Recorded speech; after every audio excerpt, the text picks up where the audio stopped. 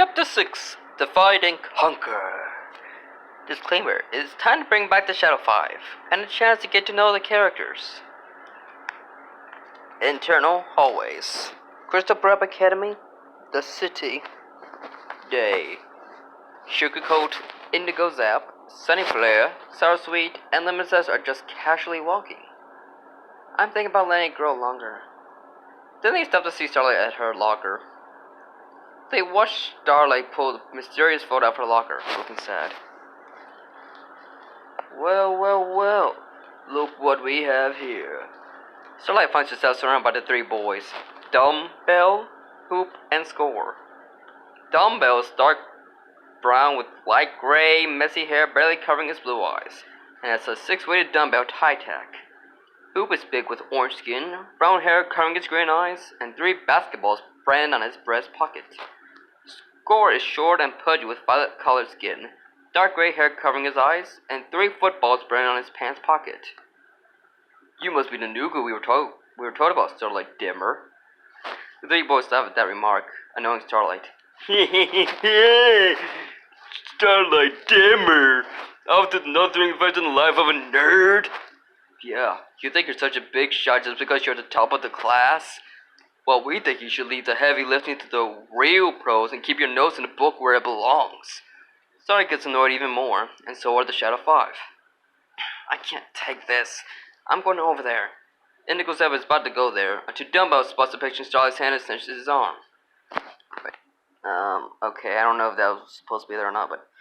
What's this? Starlight becomes more furious.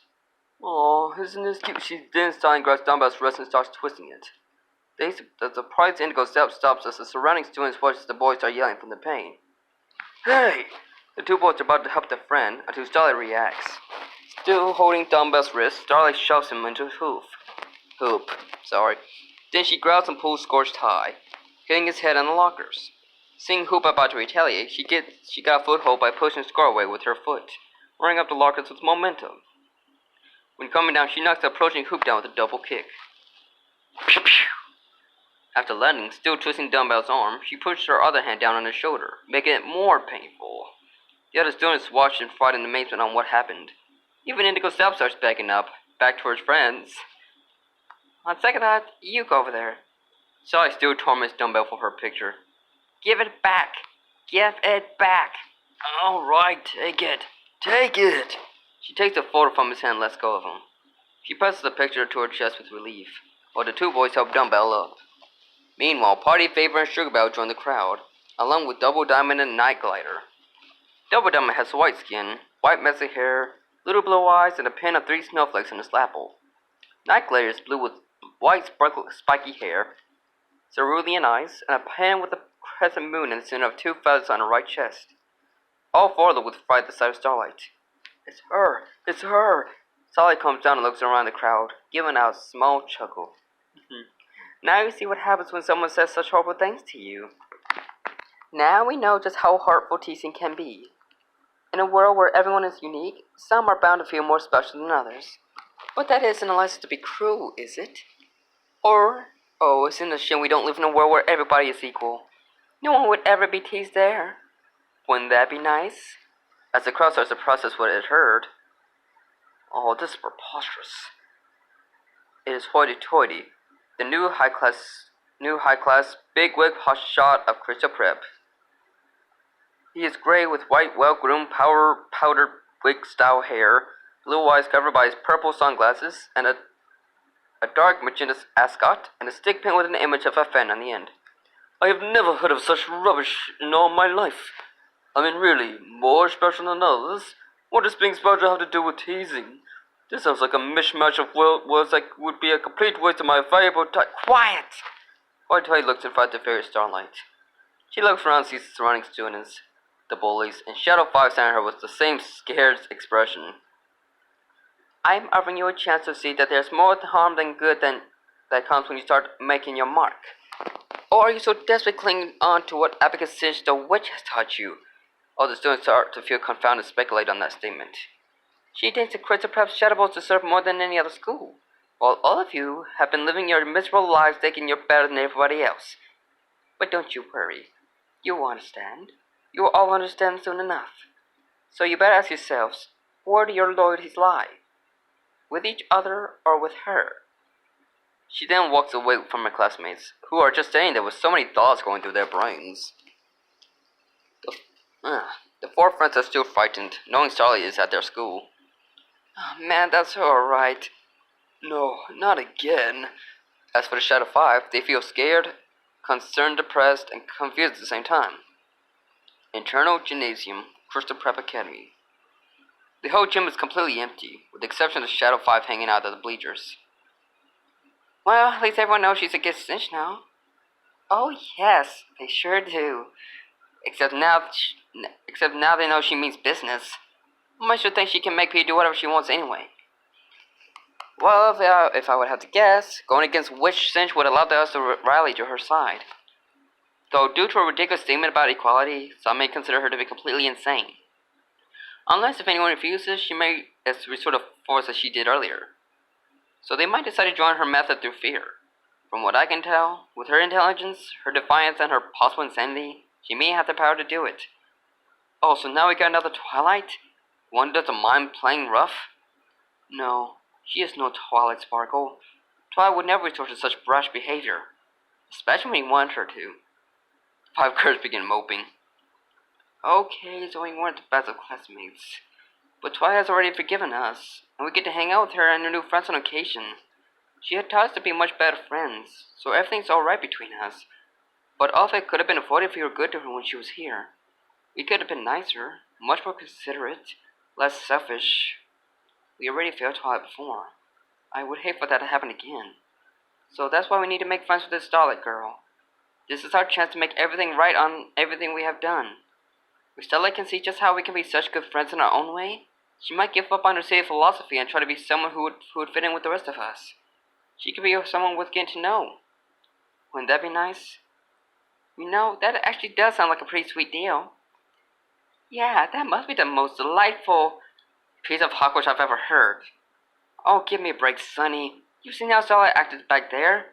The chance of us having her change are 1,000,000 to 1. Yeah, I'm gonna have to go with Sarah on this one.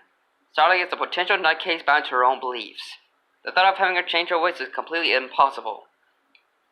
Well, if it all sounds way too challenging, then I'm all in. We're not giving up on this girl. We're going to become good friends, correct our mistakes, and show her Crystal Pratt can be a perfect place to be. Oh yeah, that's what I like to hear, man. Count me in. Indigo sat up and Lemon says high five. Thanks, guys. Well, I guess it's worth a try. Have you ever gone away for a friendship tour before? How can we possibly befriend her if she might not cooperate? Oh yeah, what would the Wondercoats do? Starlight's people are better off being the same than being completely separate. Separate? That's it! Divide and conquer. Huh? We couldn't make a difference when we were together. But if Starlight gets to know each of us individually, she may get to see how great the parts of our friendship are made as a whole. That could be enough to convince her that there's nothing wrong with being great or different. You know, that actually might work. Yeah, let's do this. That is the stupidest idea I've ever heard. Let's do it. Thanks, Sour. Glad to have you with us. The four girls then turned to look at Sugarcoat in hopes of an answer. I think this whole cockamamie scheme has no logic behind it. That it absolutely holds no water of being accomplished just on a whim. But seeing this loony plan actually working might be interesting. Count me in.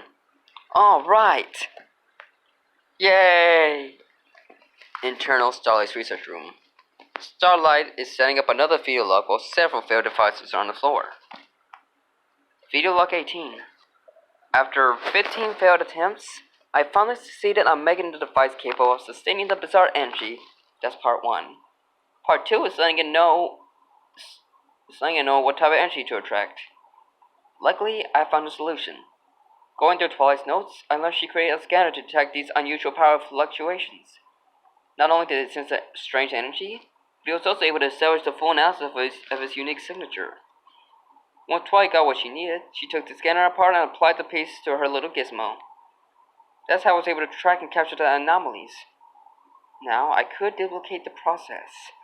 But to save time and money, I need to know what happened to the original. Looks like I got some free time on my hands. She then turns off the camera. Internal, girls' bathroom, Crystal Prep Academy. Starlight leans on the counter of sinks, talking to someone on her cell phone. And are you sure you can deliver the parts I need? No, I have no problem with the price. So when will they arrive?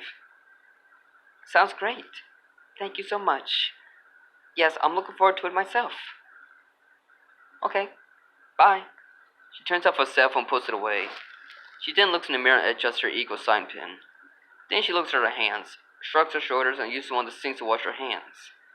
While washing, Sunny Flare enters the girls' bathroom. Ah, Starlight, I've been looking for you. Sunny Flare, it's good to see you again. Have you accepted an offer of mine? Actually, I want to talk to you about something else.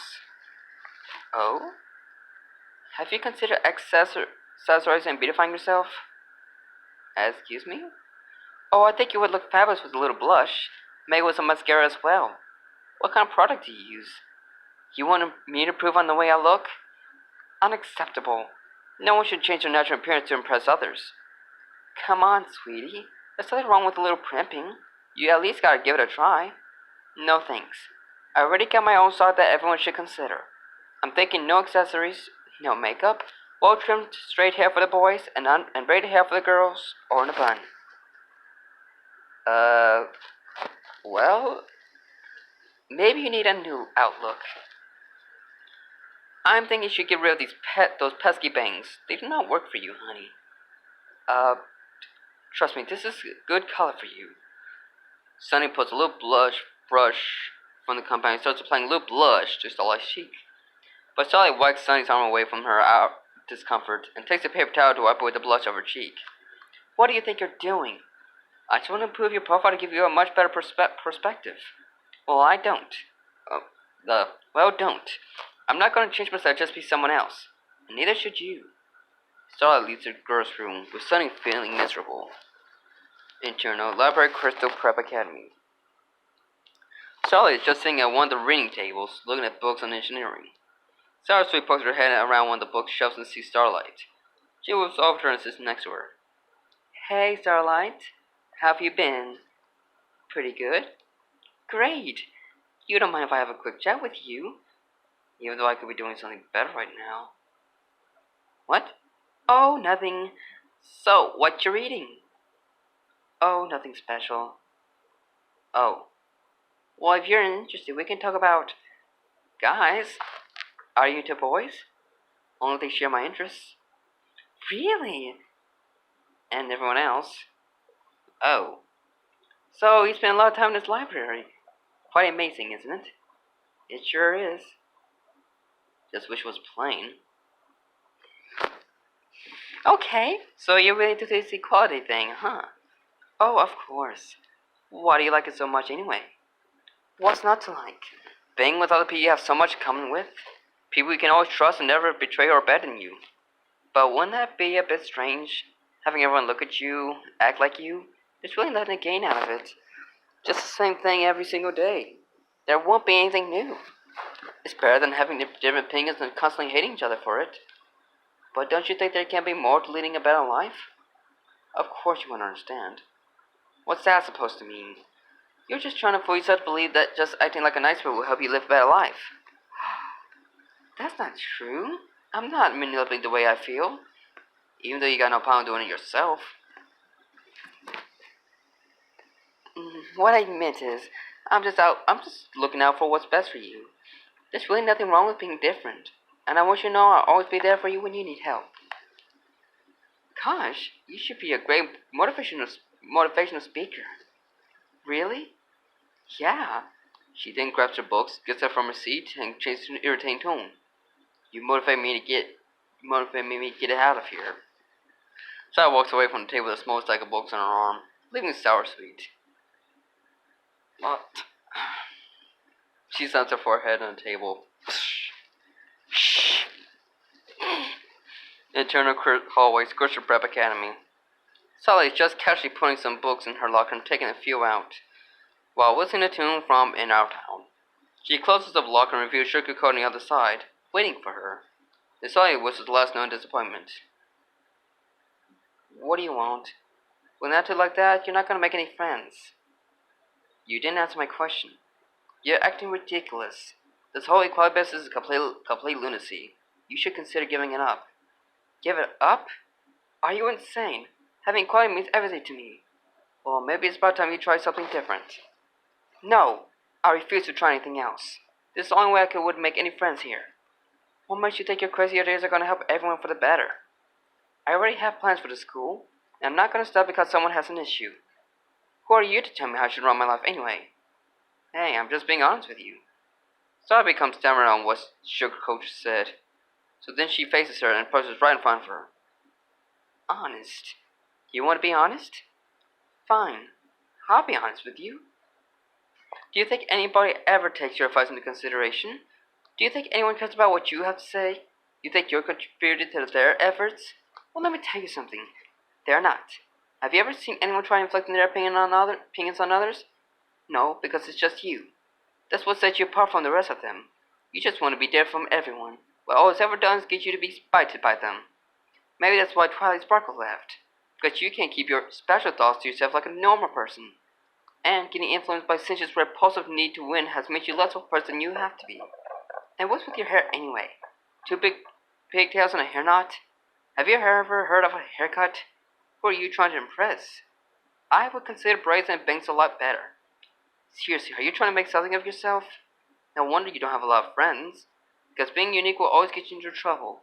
And shrugging off every attempt for me to help has convinced me you have absolutely no idea what you're talking about. Now here's a little advice for you. Quit drawing attention to yourself, you silly little fool. Starlight turns and walks away from Sugarcoat. Damn! Two students, Neon Lights and Royal Pen, have been standing in the hallway when they overheard Starlight and Sugarcoat's conversation. They watched Starlight leave all bug-eyed, then both turn to Sugarcoat. She just stands there frozen with a shocked expression on her face and her glasses sliding slightly down her nose. External courtyard, Crystal Prep Academy. Starlight is bizarrely taking huge steps along with a notebook in her hand. 16, 17, 18. Very good. She stops and writes her findings in her notebook. Hey, Starlight! She approaches Starlight, tossing a soccer ball in her hand. I was just about to go out on the field for a few practice rounds. Want to be goalie? Gee, I'd love to. Really, I would.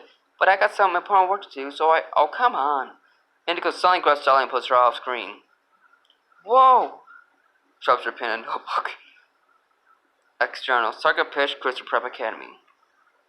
Indigo Sep is doing a few kick tricks with the ball on the field, while Starlight's just standing at the goal, unamused. Let's get this over with. Okay, let's go. Indigo starts kicking around and dribbling the ball toward the goal. As the enthusiastic Starlight acts as goalie. Indigo gets close enough and sets up a big kick. The ball flies towards the goal. Then Starlight shiftily sticks her arm out and catches the ball in her hand, much to Indigo's surprise. Whoa! Starlight throws the ball back, and Indigo starts kicking around until she's got to fly towards the goal again. But Starlight immediately reacts by moving in the way and catching it. Indigo starts getting irritating as she starts to score a goal over and over again. But Starlight reflexes are so quick. She keeps blocking and catching the ball every time. She gets annoyed at the repeated attempts. Okay, this is getting ridiculous. Indigo Sap tries to score again. She kicks the ball hard enough and finally goes to the goal. I did it! I did it! Yes! I finally did! She just realizes Starlight's not there anymore. Starlight? The back door to the school slams close, and Indigo turns out to hearing the sound of it. Then she starts feeling disappointed, knowing Starlight just left. External courtyard, sunset. The final bell just rang, and the other students have left for home. Starlight sticks her head out the door and looks around to see that the coast is clear. She then walks out the door completely in her regular clothes while carrying a duffel bag. She starts to with relief on her way to the front gate. But when she faces forwards, she jumps in surprised to see Lemon sits right in front of her, smiling. Alright. What is it this time? Dude, you gotta hit the sweet song. You'll love it. Lemon puts her head in Starlight's ears, and she starts to listen to the rock music Lemon likes to listen to. But the music too loud and thumping, Starlight couldn't take the sounds rupturing her eardrums. Pretty awesome tune, don't you think? Starlight has enough, and takes the headset off and throwing it at a distance. Hey! She goes after her headset. What is wrong with you girls today? Starlight continues walking while Lemon picks up her headset. She starts to feel bad as she watches Starlight leave the front gate. Starlight crosses the street and steps into a arriving bus. She sits down on one of the seats and opens her door bag with a sinister smile. She pulls out and looks upon a small circular device from her bag. Internal Joe's Donut Shop. The city. Evening. The local donut shop is run by the big, gruff owner Joe, serving behind the counter. He has light amber skin, light brown hair, and green eyes, and he wears a little white paper hat and a white apron with a picture of a donut with pink frosting and sprinkles. The Shadow Five are all sitting at a counter booth together. Sugarcoat is wearing a yellow sleeveless blouse and a white collar. She also has a white skirt with an image of violet and yellow sticker diamond on the hip. Saraswee wears an aqua green dress with a pink coat and a purple skirt that has an image of pink and blue heart with a blue diamond. Sunny Flare is in a magenta blouse and a black jacket, a black choke collar, and a purple skirt with the brand of a sun and a rain cloud. Indigo Seb has a yellow white shorter t-shirt with the picture of a dark purple cloud with a pink star in the center and a blue lightning bolt sticking out. She also has on a black tank top on her shirt and blue jeans. Lemon Says has a pink shirt with yellow fireworks and lemon slices on it, a light blue short hoodie, and chartreuse shorts with a black leather chain. She said what? Still shy from talking to Starlight. I don't know what to say. Nobody's ever talked to me like that before. Man, that must have been harsh. I thought throwing away my headset was bad. Well, I can't believe the nerve of that girl. We were only trying to help. Well, if she doesn't like anything that makes people different, how are we going to make a good friend out of her? We can't. She's a strange little girl, and that's all she will ever be. Come on, we can't give up already. We don't want to feel this good like we felt Twilight, do we? To be honest, Lemon, it's like Sunny Flare said. This girl isn't anything like Twilight, so it's a lot more challenging than we thought. Perhaps she was right. What? About what she told you? Well, don't let it bother you so much. And no, not that. About everything. About being different makes it difficult to make friends. About being equal will make us happy. About trying to be the best will only make things worse. Sugarcoat, you can't be serious. I know it sounds crazy, but everything Starlight said somehow makes sense. We weren't exactly the nicest people in the world ourselves. If we have any hope of being better people, we have to start changing ourselves. Maybe if we start acting the same, we may have a chance of being better friends, and maybe Starlight will accept us. The five girls started pondering about this concept onto, you're all talking about Starlight, aren't you? They turn to see Double Diamond, Party Favor, Sugar Belle, and Night Glare approaches them. Hey, I know you. You're a bunch of those students we got. I see you a lot around school. Yeah, my name is Double Diamond, and this is Party Favor, Sugar Belle, and Night Glider. Is it true that you're all trying to make friends with Starlight Glimmer? We are, but it seems more complicated than we realized. Do yourselves a favor. Stay away from Starlight. She ain't worth it. What? Hold on. Why not? Trust us, if you knew her like we do, you'd be well to avoid her. I thought they put her away for good. The Shadow Five are shocked to hear this. Put her away? Whatever she told you, don't buy what she's selling. What, you actually know her? I never thought I'd see that face again after what she did. It took forever to get my hair back the way it was. We gave up everything for that lunatic because we thought she was our friend. That's right, she's no friend. She never even gave us a chance. Don't listen to a word she says. She's a liar, a fraud. Everything she says about friendship is nonsense. All she does is mess with your head and take over your life. I really mean it.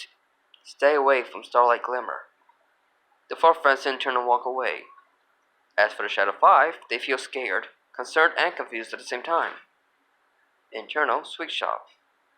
Twilight Sparkle arrives to greet her six friends at their usual sitting spot. She unzips her backpack and Spike's spot.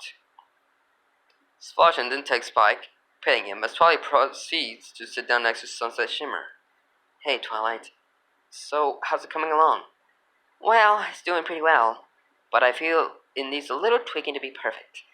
She reaches to her backpack and pulls the broken top hat of the same device she used during the friendship games. Rainbow Dash notices it and jumps a bit with fright. Whoa! Is that the magic catch device you made at the friendship games? The same device that drained the magic out of us? The one that turned you into a monster? Oh, goodness. I can't believe you would bring that horrible thing here. It's okay, guys. That thing's perfectly harmless since Sunset broke it in half. He's right. It's the other half, the device that has the components made to capture your magical energies.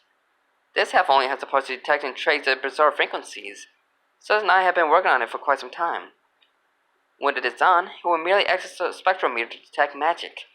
So if one of us ever ponies up and uses like Equestrian magic, we'll be able to locate them. Phew! Well, that's a relief. Indeed. I would hate for that little gizmo to be fully active again. I do not wish to go through the same ordeal we went through at the Friendship Games. Twilight begins to feel distressed about that incident. Sunset puts her hand on Twilight's shoulder and made her feel better. External show stop.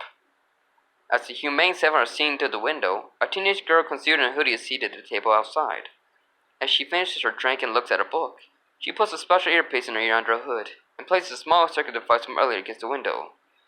So if these have only detected the strange energy, where's the other half that captures it? It's being kept in my locker at school. After all the trouble it caused for us at the game, I don't want anyone to mess around with something like that. Well, that's reassuring. Don't worry, as long as it stays there, it won't do us any harm to us. The girl gives a small smile and gets up from her seat. She takes a look at the seven girls through the window. She begins to feel grief watching her friends talking, laughing, and enjoying each other's company.